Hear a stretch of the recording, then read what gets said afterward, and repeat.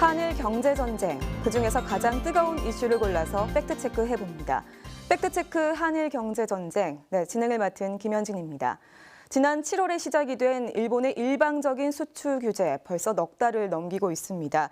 이 중간 성적표를 받아든 한일 양국의 표정이 조금은 달라 보이는데요. 중간 점검 한번 해보겠습니다. 오늘도 두 분의 전문가 모시고 얘기 나눠보도록 할게요. 일본 전문가 호사카 유지 교수님 자리해 주셨습니다. 어서 오십시오. 예, 안녕하십니까. 네, 그리고 양향자 더불어민주당 일본 경제침략 대책특위 부위원장님께서 자리해 주셨습니다. 어서 오십시오. 네, 안녕하십니까. 네, 좋은 말씀 부탁드리겠습니다. 네, 팩트체크 한일 경제전쟁, 지금까지 어떤 이슈가 있었는지 팩트체크 시작합니다. 일본이 수출 규제에 들어간 지 넉 달. 우리 정부는 국내 기업 타격을 최소화하기 위해 제도적 뒷받침을 신속히 마련하고 지속적인 대응 메시지를 전달했다. 적재적소의 예산 투입부터 민관 합동 협력까지 위기를 기회로 극복하는 모습을 보였다.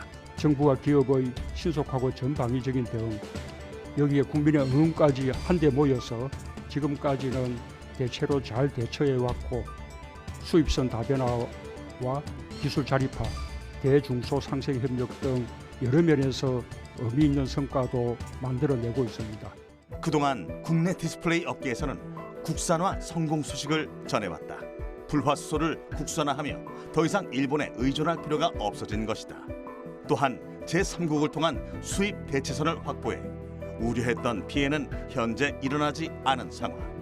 한편 일방적 수출 규제 후 낙관적인 전망을 내놓았던 일본. 日本経済への影響でありますが、精査する必要はあると思ってますが、ざっと見る限りですね、与える影響は少ないんではないかというふうに思っていますけれど。 그러나 넉 달 새 양국 교육이 급감하며 수출 규제는 일본에게 부메랑이 됐다. 실제 일본 중앙은행은 한일 관계 악화에 따른 경제적 영향을 공식 인정하며 일본의 중장기적 경기 침체를 우려했다. 또한 지난 9월 한국과의 무역 흑자 폭은 전년도 대비 무려 25%나 급감했다. 한일 경제전쟁 중간 점검, 과연 승자는 누구일까? 네, 본격적인 질문을 드리기 앞서서 지금 제 옆에 나와 계신 우리 양향자 일본 경제침략 대책특위 부위원장님께 먼저 질문을 드려야 될 것 같아요. 우리 호사카 유지 교수님도 이 일본 경제침략 대책특위 위원으로 계시는 것으로 알고 있는데 어떤 곳인지 또 어떤 일을 하고 있는지 소개 좀 부탁드리겠습니다. 침략이라는 단어 용어를 우선 보면 한 국가가 타 국가를 상대로 정당한 이유 없이 불법적으로 선제적인 공격을 하는 행위를 말합니다. 이 특별위원회는 7월 1일 날 일본이 갑자기 반도체 소재 규제를 하겠다고 발표를 했고 7월 4일에 시행을 했었죠. 더불어민주당에서는 각계 전문가들을 모아서 특히 경제산업, 외교, 국방, 또 역사, 분과로 나눠서 전방위적으로 대응을 해야 되겠다는 그 공감대로 위원회를 만들게 되었고 침략으로 규정하고 대응을 해야 된다. 이렇게 판단을 내린 것입니다. 네, 알겠습니다. 이렇게 설명을 잘 해주셨는데요. 지난 넉 달간 벌어진 이 한일 간의 어떤 경제 전쟁과 관련해서 정말 잘 아시는 두 분을 모시고 오늘 진행이 되는 것 같습니다. 일본의 일방적인 수출 규제로 한일 경제 전쟁이 벌어진 지 벌써 넉 달이 지나고 있습니다. 일단은 성적을 한번 평가를 해볼까요? 한일 양국의 성적표 어떻게 보십니까? 국민들께서도 처음에 소재 규제를 한다고 했을 때 굉장히 불안감을 느끼셨던 것 같습니다. 그리고 어떻게 대응을 해야 될지 상당히 초기에는 우왕좌왕했던 것도 사실입니다. 이 상황에서 보면 침략을 자행했던 일본의 입장에서는 저는 거의 실패 또는 패배를 했다라고 보여지고요. 그렇지만 대한민국은 승리했다 또는 판정승했다 이것은 아니라고 봅니다. 그리고 지금은 소강 상태 그리고 휴전 상태로 보여집니다. 네, 너무 낙관하기는 이르다라는 말씀인 것 같아요. 일단 일본은 어떻게 보면 침략의 입장으로서 시도를 했는데 실패를 봤다 이렇게 말씀해 주셨고 우리 입장에선 소강 상태다 이렇게 정리를 해 주셨습니다. 구체적인 내용을 한번 살펴보도록 할게요. 이 불화수소와 관련해서 완전히 국산으로 대체한 기업도 있다고요? 예, 특히 액체 플러스소인데요. LG 디스플레이에서는 OLED라든가 LCD 이것은 대형 그 화면에 많이 사용하는 것인데요. 거기에 국산 플러스소 100% 투입할 수 있게 되었습니다. 그리고 삼성 디스플레이도 마찬가지고요. 요새 그 플러스소에 대한 그 시험을 100% 수행했고 이제 실제적으로 라인에 투입하게 되었습니다.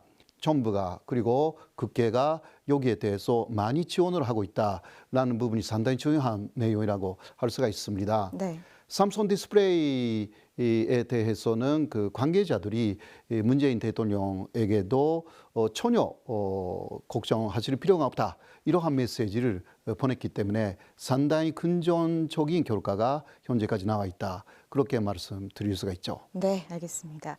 일단 우리가 반도체 업계가 가장 큰 타격을 받지 않을까 이런 우려가 컸었는데요.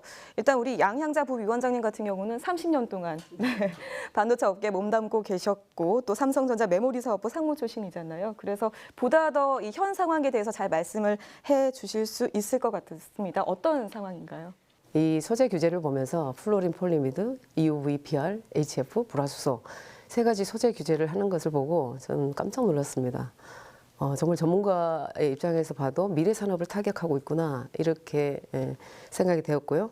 또 동시에 어떤 생각을 했냐면 그렇게 되면 미국의 엔비디아나 또 구글이나 아마존이나 이런 회사들이 삼성에 주문해 놓은 설계를 공정 진행해서 납품하게 하는 그런 주문을 해놨을 텐데 네. 이런 글로벌 밸류 체인의 교란이 올 텐데 네. 어떻게 일본이 저렇게 함부로 소재 규제를 하나 이렇게 생각을 했습니다.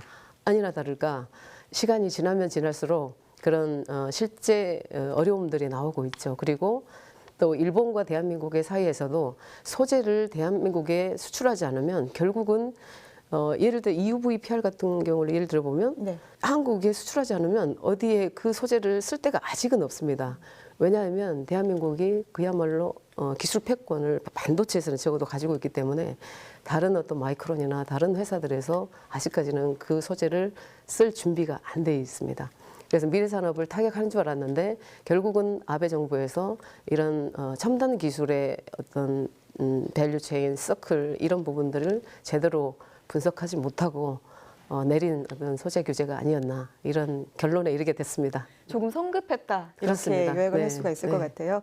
불화수소 지금까지는 일본에서 대다수 우리가 조달을 했는데요. 수출 다변화에 이렇게 자체 개발도 지금 진행이 되고 있기 때문에 일본 입장에서는 조금 급한 마음, 발등에 불이 떨어진 그런 입장이 아닐까 싶습니다. 어떻게 보시나요? 일본 정부의 그 보고서에 따르면 수출 규제 이후에 한국에 수출을 못하기 때문에 이제 그 일본이 플러스소로 벌어들이는 그러한 액수가 30분의 1 정도로 줄어들었다.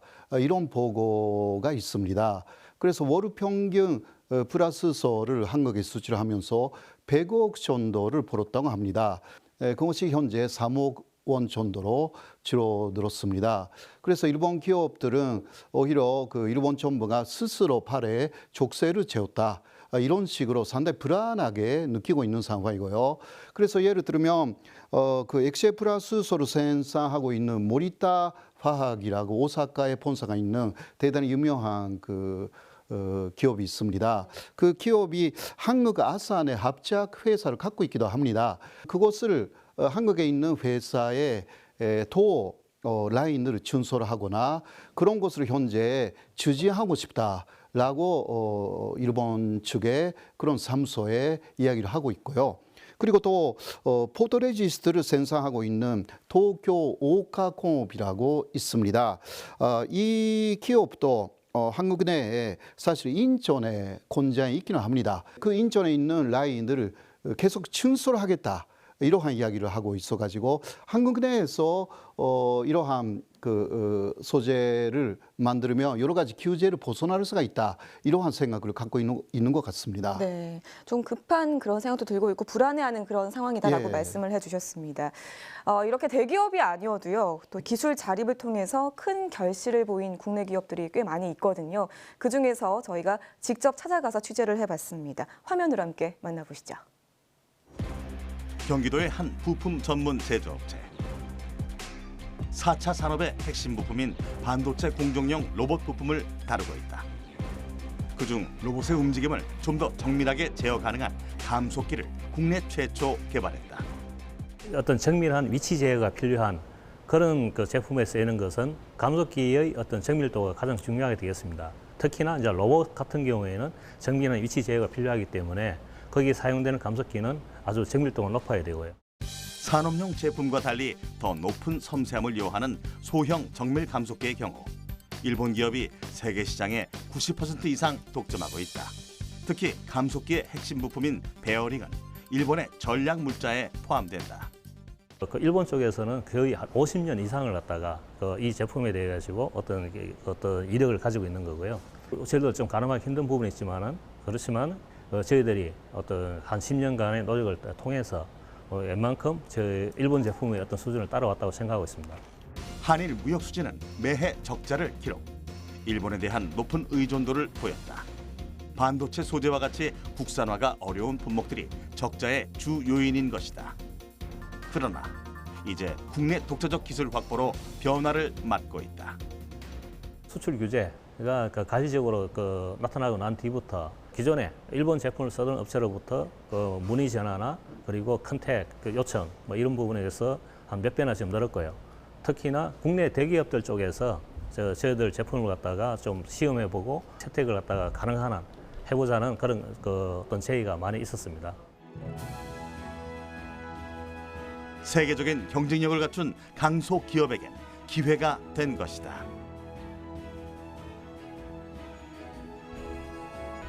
저희들이 개발해 놓고도 제품을 판매하지 못하고 좀 이런 부분이 있었는데 이런 부분에 있어가지고 저희 제품을 적극적으로 좀 팔 수 있는 기회가 생겼고요.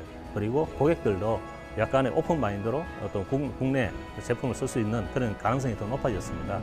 저희 SB로서는 하나의 기회라고 지금 보고 있습니다. 네, 4차 산업혁명 시대에 주목할 만한 분야 중에 하나가 바로 로봇 산업이라고 합니다. 정부에서도 큰 관심을 갖는 만큼 꾸준히 성장하는 그런 기업이 됐으면 합니다. 자, 이처럼 위기 상황에서 우리가 잘 대응한 면도 있긴 합니다만 정작 수출을 규제한 일본이 핵심 소재 수출 승인을 예상보다 쉽게 내준 것도 의외의 결과였던 것 같아요. 그리고 핵심 소재 3가지 품목과 같이 추가적인 개별 허가 품목은 아직까지 지정을 하지 않고 있는데요. 여기에 대해서 어떻게 봐야 할까요? 우리 국내 기업에서 그다지 큰 영향을 받고 있지 않다라고 보여지고 있고요. 이런 반도체 소재 이외에도 의료 산업이라든지 또 배터리 파우치라든지 이런 다른 산업까지 확장될 수도 있다라는 그런 우려를 가져왔었는데 여기서 중요한 것이 미래 산업, 로봇도 말씀하셨는데요. 인공지능 또 자율주행 자동차, AR, VR 모든 산업에 있어서 반도체가 들어가지 않는 곳이 없습니다. 네. 특히 기술력이 최강인 D램 기술과 같은 경우는 제가 최근에도 도요타나 또 소니나 이런 엔지니어들과도 얘기를 해보면 대한민국의 D램을 받지 못할까 하는 그런 우려를 훨씬 더 크게 나타내고 있고 예를 들면 자율주행 모드로 가겠다고 하는 그 도요타나 이런 회사들이 D램의 그래픽 DDR5나 로파워, LPDDR4나 이런 제품들을 받지 못하게 되면 결국은 산업을 진행을 할 수가 없습니다. 네. 그렇기 때문에 이런 밸류 체인에 의해서 어떤 소재를 규제하게 되면 자국이 받는 위해가 훨씬 더 크기 때문에 함부로 할 수 없다라는 말씀드리고 그리고 대한민국의 어떤 메모리 반도체 기술력이 결국은 이 소재 규제를 대응할 수 있는 큰 무기화가 되었다라고 말씀드릴 수 있습니다. 네. 네. 기술력의 중요성을 강조를 해주셨습니다. 그리고 결국엔 밸류 체인이기 때문에 이렇게 소재에 대한 어떤 수출을 단행을 하게 될 경우 영향을 받을 수밖에 없다. 이렇게 또 말씀을 해주셨는데요. 지금 계속해서 양국의 경제 상황에 대해서 살펴보고 있습니다. 일본의 또 현지 반응 어떤지 한번 봐야 될 것 같은데요. 박상준 일본 와세다 대학교 교수 의견을 함께 들어보겠습니다. 일본 기업 자체가 일본에서 타격을 받는 기업 자체가 전부 다 우리가 이런 손해를 보고 있다. 정부에서 좀 어떻게 해줬으면 좋겠다. 이런 거를 적극적으로 얘기를 하지는 않고 있어요. 하고는 있는데 일부에서 얘기가 나오고는 있는데 일본 특유의 정서 같은 거라고 할까요? 조심을 하고 있기 때문에 적극적으로 얘기를 하지 않으니까 그게 언론에 충분히 반응이 안 되는 면이 있고요. 또 언론 자체도 또 조심을 하는 면이 있습니다. 일본의 지금 언론의 자유라는 것이 사실 그렇게 높은 수준이 아니기 때문에 손해를 보는 기업도 좀 조심을 하고 또 언론에서도 적극적으로 파해 취급 보도하는 그런 태도까지는 아니고요. 거기에다가 그 전체 일본 그 경제 규모나 그런 것에 비하면은 또 작은 부분이기 때문에 그래서 주목받지 못하는 부분이 있고 그런 기업들이 오히려 힘들다, 일본의 기업이 힘들다 하는 것이 그래서 일반적으로 일본 그 시민들에게는 잘 알려지지 않는 면은 있는 것 같습니다. 네, 박상준 교수님 말씀 잘 들었습니다. 일본 내에서도 이와 관련해서 비판의 목소리가 많이 나오고 있죠. 네, 그렇습니다. 일본에서 가장 큰 경제 단체는 견단련이라고 하는데요. 요새 그 나카니시 견단련 회장이 한국과 일본은 아주 밀접한 경제적인 관계를 갖고 있기 때문에 미래 제한적으로 문제를 풀어나가지 않으면 안 된다. 이런 쓴소리를 했고요. 이것은 현재 한일 관계에서의 일본이 상당히 불리한 입장에 있다라는 것을 대변하는 대표적인 사례라고 할 수가 있습니다. 네, 일본의 어떤 입장을 또 말씀을 해주셨습니다. 우리가 뭐 한국의 탈일본 그리고 불매운동 이렇게 외치면서 일본의 경제뿐만이 아니라 사회적으로도 많은 영향을 주고 있는 모습입니다. 우리의 탈일본 이런 외침에 맞서서 일본에서도 탈한국을 외치고 있다는 말이 있던데요. 어떤 내용인가요? 특히 일본은 관광 산업에서도 굉장한 타격을 입었어요. 한국 사람들이 일본으로 안 가기 때문에 8월에는 그 지난해 대비 48% 한국 관광객이 일본에서 줄어들었고요. 네. 9월에는 또 58% 줄어들었습니다. 10월이 되면 이게 더 많아질 것으로 예상되고 있어가지고 10월 23일에 니케이 비즈니스라는 그 경제 전문지가 있습니다. 거기서 현재까지 일단 3개월 정도로 일본이 관광 산업에서 타격을 입은 것은 원으로 하면 7천억 원 정도다. 엄청난 타격을 입은 거죠. 네. 그래서 일본에서는 한국 관광객이 오지 않아도 다른 나라 관광객으로 메꾸려고 지금 많이 노력을 하기 시작해가지고 많이 그 여행 상품의 할인 쿠폰이라든가 이것을 좀 발행하고 있다고 합니다.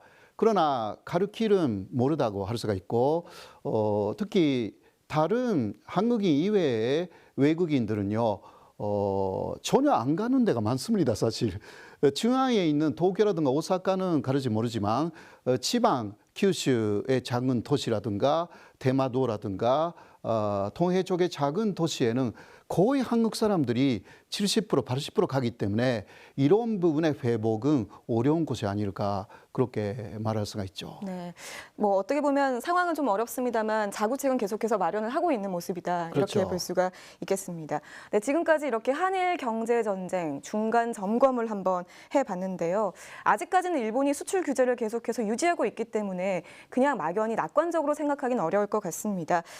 부위원장님 앞으로 관건은 무엇이라고 보십니까?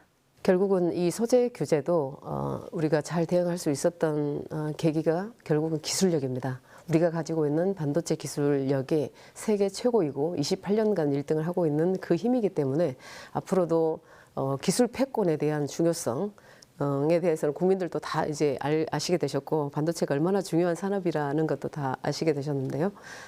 그 기술력에 대한 정부의 지원과 또 관심 그리고 따라서 이제 교육적인 측면에서도 과학기술 분야의 교육이 철저하게 좀 진행이 돼야 되겠다 이런 말씀드리고 얼마 전에 제가 한국화학연구원에 소재 관련 특강을 다녀온 적이 있는데 산학연 그 역할 분담에 있어서도 좀 들여다볼 필요가 있다. 국가 출연기관은 어떤 예산 안에서 연구를 진행하기 때문에 상당히 제한적 어떤 연구밖에 진행할 수 없다라는 생각을 하게 됐습니다. 네. 그렇기 때문에 기업과 연구단체와 또 학교와 이런 모든 그 기관들이 함께하는 그런 과학기술력을 높이기 위한 함께하는 어떤 일들이 이루어져야 되겠고요. 그리고 마지막으로 제가 말씀드리고 싶은 것이 결국은 소재 부품 장비의 규제로 우리 예산이 모든 관심사가 사실은 반도체 소재 또는 중소기업 이런 쪽으로 향해 있습니다. 네. 그러나 제가 가장 걱정하고 있는 부분은 소규모 교육하시는 분들이 훨씬 더 사회적 약자층에서 고통받고 있다는 말씀을 드리고요. 실제로 소규모 교육을 하시는 분들의 전체 매출을 다 합쳐도 1%가 안 될 겁니다. 반도체가 대한민국의 20% 이상을 차지하는 것에 비해서. 그렇기 때문에 그 소규모로 교육하시는 분들에게도 우리가 관심과 또 어려움이 없도록 또 배려하고 정부 차원에서도 노력을 해주실 필요가 있다고 생각합니다. 네, 말씀 잘 들었습니다. 산학연적으로 함께 협력을 해가야 된다는 것, 그리고 소규모 교역을 하고 있는 기업에도 많은 관심을 줘야 된다, 이렇게 또 마무리해 주셨는데, 우리 호사카 유지 교수님도 당부에 한 말씀 혹은 뭐 하실 말씀 있으시면 한 말씀 부탁드릴게요.